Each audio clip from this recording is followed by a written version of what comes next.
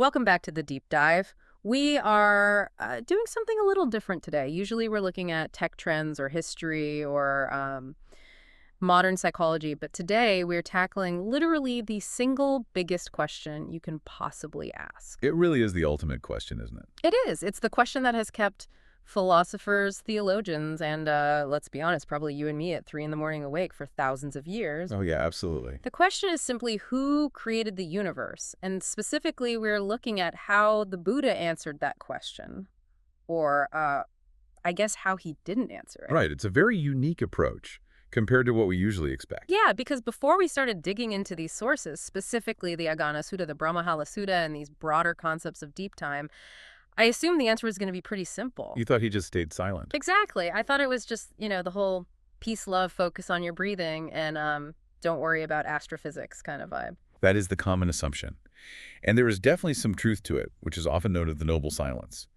But when you actually read the texts we've pulled for this dive, you realize the silence was just the surface. Yeah, it's just the tip of the iceberg. Exactly. Underneath, there is this incredibly detailed, almost sci-fi cosmology that completely flips the script on how we think about creation, especially coming from a Western worldview where there's usually a clear first cause or a creator god. Sci-fi is definitely the right word. I mean, I was reading your notes on the Aggañña Sutta, and we're talking about alien worlds and beings made of light, the heat death of the universe, and this concept of reverse evolution. It sounds like Darwin played backward. It totally does. It's Yeah. wild stuff. But the mission for this deep dive isn't just to gawk at the cool parts, right? We need to unpack why Buddhism rejects the idea of a supreme creator deity. Which is often called Isara in the Pali texts. Right, Sarah.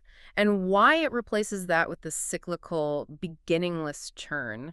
Because the implications, especially for how we view our own minds and even things like government and society, are actually kind of shocking. They really are. It reframes everything from your personal anxiety to the legitimacy of kings and politicians. So let's start with the silence.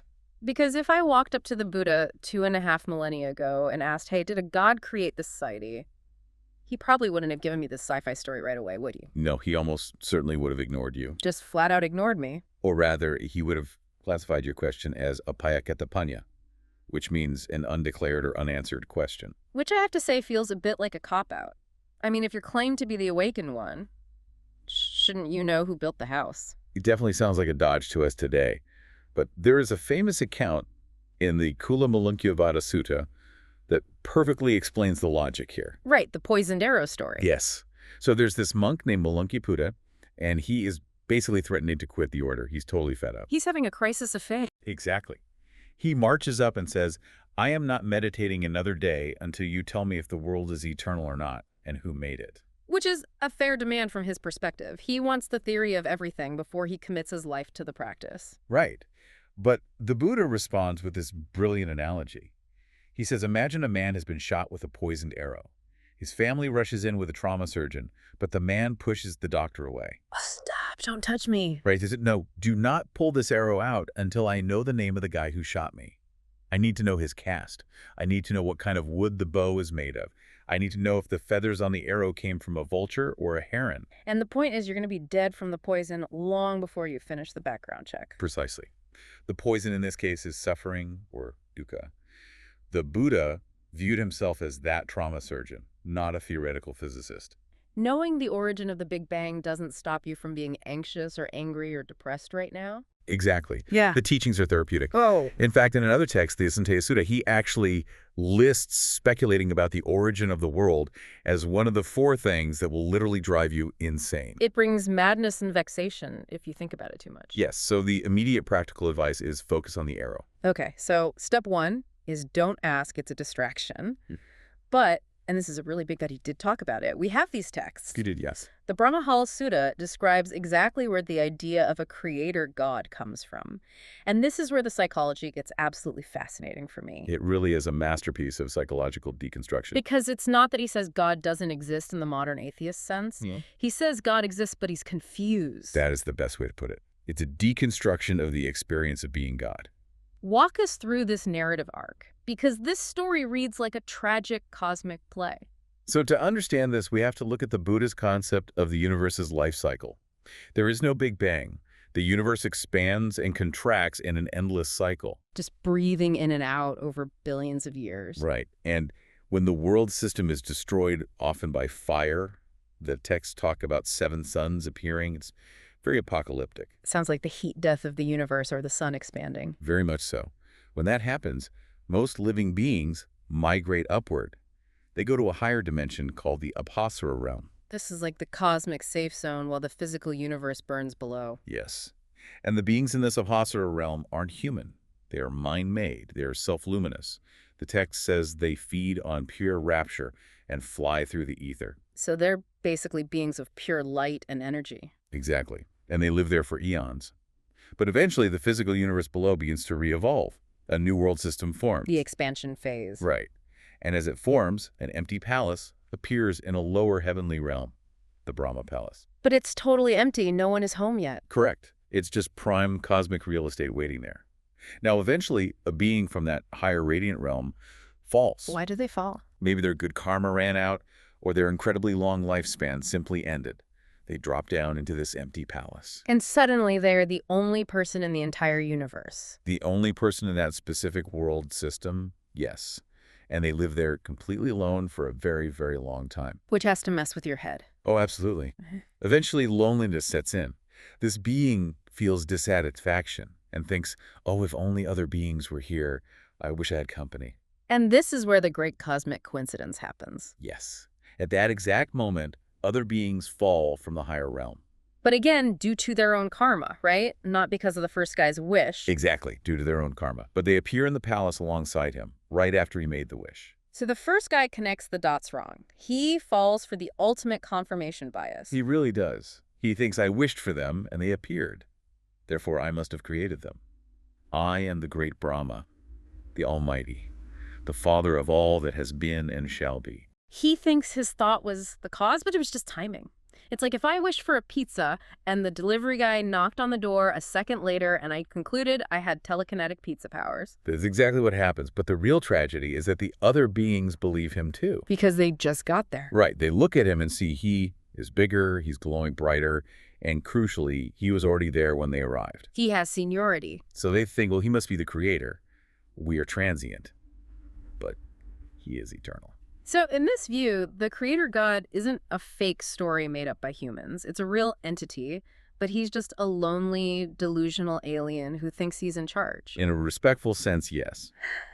The Buddha describes this great Brahma as powerful, long-lived, and majestic, but ultimately he is trapped in samsara, the cycle of rebirth, just like the rest of us.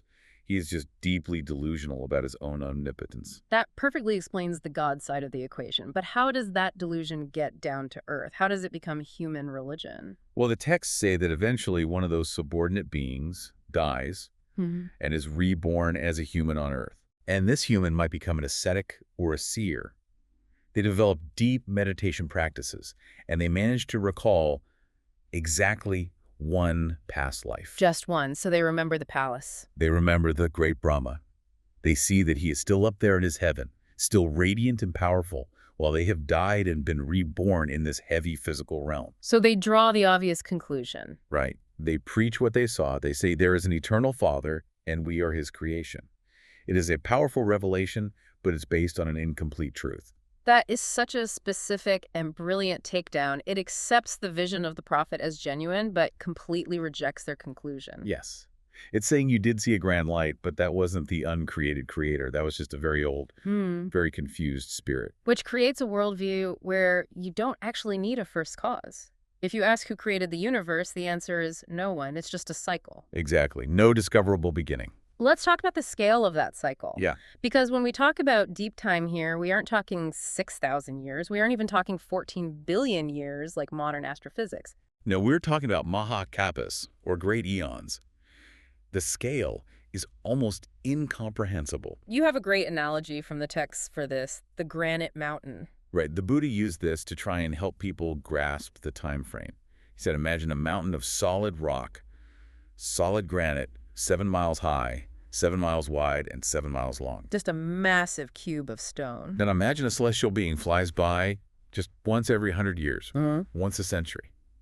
And as they fly by, They lightly brushed the top of that mountain with a sheer silk cloth. Okay.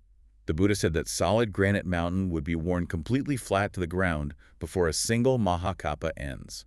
And we have been through how many of these eons? Countless. He says the tears you have shed over past lives wandering through these cycles are greater than the waters in the four great oceans. That makes you feel incredibly small. But honestly, it also kind of removes the pressure, doesn't it? Can't even. Well, if there's no beginning, there's no original sin. There's no pristine Garden of Eden that we ruined and have to feel guilty about. Well, hold on a second. There actually is a fall. Why, really? Yes, but it's not about an apple, and it's not a moral failing against a deity. It's more like a fall via physics, or moral physics. This brings us to the Aggañña Sutta. This is the part of the research that totally blew my mind. The reverse evolution. Yes, because we're taught evolution is a straight upward line, right? Single cells to fish to monkeys to us. We are getting smarter and more complex. But the Buddha suggests the exact opposite. He describes a process of descent or solidification, from light to matter. Set the scene for us. The universe has expanded again after the void phase. Earth is just a ball of water in the dark. Who are we at this point? At this early stage, we are those beings coming down from the Apasara realm. We don't have physical, coarse bodies yet. We are still those luminous beings. Right. Mind-made, self-luminous, flying through the air. There is no male or female. There is no sun or moon, because we provide our own light. We are effectively angels. And then the text says this savory earth crust appears on the water. Yes. As the earth cools, a skin forms on the water. The text compares it to the skin that forms on hot milk as it cools down. And it tastes like pure honey or ghee. And somebody gets curious. Curiosity and greed. One being dips a finger into the crust and tastes it. And the moment they taste it, craving arises. They think, wow, this is good. And they start eating it by the handful. They do. And this is the turning point. This is the fall into matter. What happens when they eat it? As they consume this physical food, their bodies become heavy and solid. They lose their natural luminosity. And because they aren't glowing anymore, the universe goes dark and the sun and moon become visible in the sky. So we traded being self-luminous flying angels for tasting some honey scum. Essentially, yes. We became dependent on external light and external food. And it gets worse from there, right? Because once we have physical bodies, we start having differences. Exactly. Before, everyone was made of light and was uniform. Now, some beings look beautiful and some looked ugly. And the beautiful ones became arrogant. They did. They started thinking, I am superior to you. This is the origin of conceit and social conflict. It's so human. Very human.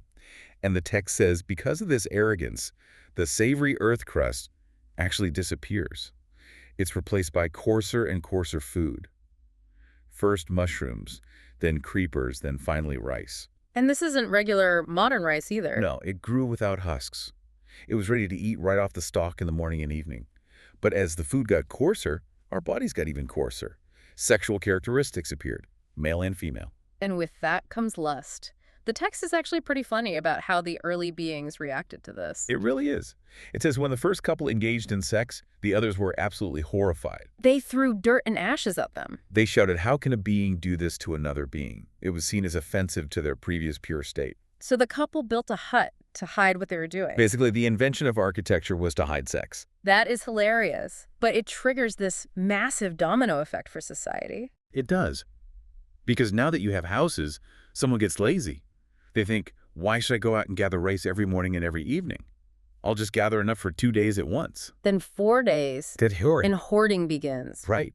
And once you have a pile of rice stored up in your hut, someone else whose rice maybe didn't grow as well decides to steal it. So now you have theft. And then you have lying to cover up the theft. Yeah. And violence to punish the thief. Yeah. The whole utopian anarchy completely collapses. And this leads to the part that I found most politically fascinating.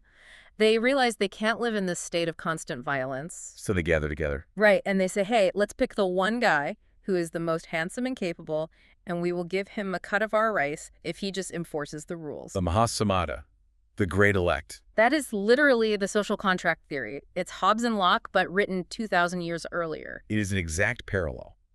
And it completely contradicts the prevailing political theory of the time, which was the divine right of kings. Because in the Buddhist time, kings claimed their power came directly from the gods, right? The Brahmins said the caste system was built into the fabric of the universe by the creator. Exactly. The caste system was seen as a divine mandate. But the Buddha is saying, no, the king isn't divine. The king is just a guy we hired and pay in rice to keep us from stealing from each other. It totally delegitimizes the divine authority of the social hierarchy. It says class and government are just unfortunate byproducts of our own greed and laziness. We aren't a special creation placed here by a loving deity. We are fallen spirits who got addicted to matter. I gotta say, that is a pretty bleak view of humanity. We are just solidified greed. It sounds almost like it blames the victim, like you're suffering because you ate the rice. It can sound bleak on the surface, but the flip side of that coin is total empowerment. How so? Because if a god didn't put us here, a god isn't keeping us here either. We did this to ourselves. Which implies we can undo it. Exactly. We built the prison, so we hold the key. So if there is no God running this whole show and it's just us making bad choices for eons, what is the engine? Why does the cycle of falling and suffering happen at all? This brings us to the core mechanism, dependent origination, or paticca I always get stuck on this concept, the whole when this is that is thing. It sounds very abstract. It can be tricky. Think of it this way. In the creationist view, you look for a first cause, the very first domino that knocked all the others over. And we call that initial push God. But the Buddhist view says it's not a straight line of dominoes. Right, it's a circle. Like, Or better yet, think of a flame. Imagine a flame burning from a wick in oil. okay. The flame produces light and heat, but that heat melts the wax or draws up the oil to keep the flame going. The cause produces the effect, and the effect continuously feeds the cause. So it's a self-perpetuating system. Exactly. The universe runs on a web of conditions. This is often mapped out as the 12 nidanas or links. Right, things like ignorance leading to volitional formations. Yes, ignorance leads to formations, which leads to consciousness, and eventually down the chain it leads to craving, clinging, becoming, and birth. It's a mechanism. It doesn't need a manager. It just runs. It's like gravity. Gravity doesn't want you to fall, it just pulls. And karma is that gravity. The beings who fell from the Apasara realm weren't being punished by a deity for eating the earth crust. They were just pulled down by the physical gravity of their own newly formed appetites. So bringing this all back to the listener, we've gone from a strategic silence to a lonely alien god to a granite mountain wearing away to us eating earth honey and inventing taxes. They covered a lot of ground. We really did. But what is the takeaway here? Why does this 2.5 millennia old cosmology matter to a modern person who might not even believe in reincarnation? I think the main takeaway is about agency. If you believe the universe was created by an all-powerful God, then you are ultimately a subject. You are waiting for grace. You're always asking, why did he make me this way, or why is this happening to me? Right. But in the Buddhist view, you made you this way. You are the architect. Exactly. Not of the trees and rocks out there necessarily, but of your subjective experience of reality. You are the one who tasted the earth crust. You're the one building the hut to hoard the rice. It shifts the entire question from why is this happening to me to what am I feeding right now? That's spot on. The Aggañña Sutta shows us that we solidified because we clung to sensory pleasure. We wanted to taste, to hold, to hoard. It makes you look at your own life differently. Our modern obsession with stuff with status, with our own versions of the savory earth crust, We are still doing it. we are still solidifying. Every time we cling to something, we are making ourselves heavier. We are. And the path out, enlightenment or nirvana, is essentially reversing that process. Unsolidifying. Yes. Letting go. Becoming light again. So the final thought I want to leave you with is this. We tend to think of human evolution as getting more complexity, more technology, more stuff, more control over our environment. That is the modern definition of progress. But the Buddha suggests that is actually devolution. We're just getting denser. So look at your life right now. What is the earth crust you are eating that is making you heavy? What are you clinging to? Exactly. What are you clinging to that is keeping you solid and stressed? And what would happen if you just stopped eating it? That really is the ultimate question to sit with. Thanks for diving deep with us. Thank you.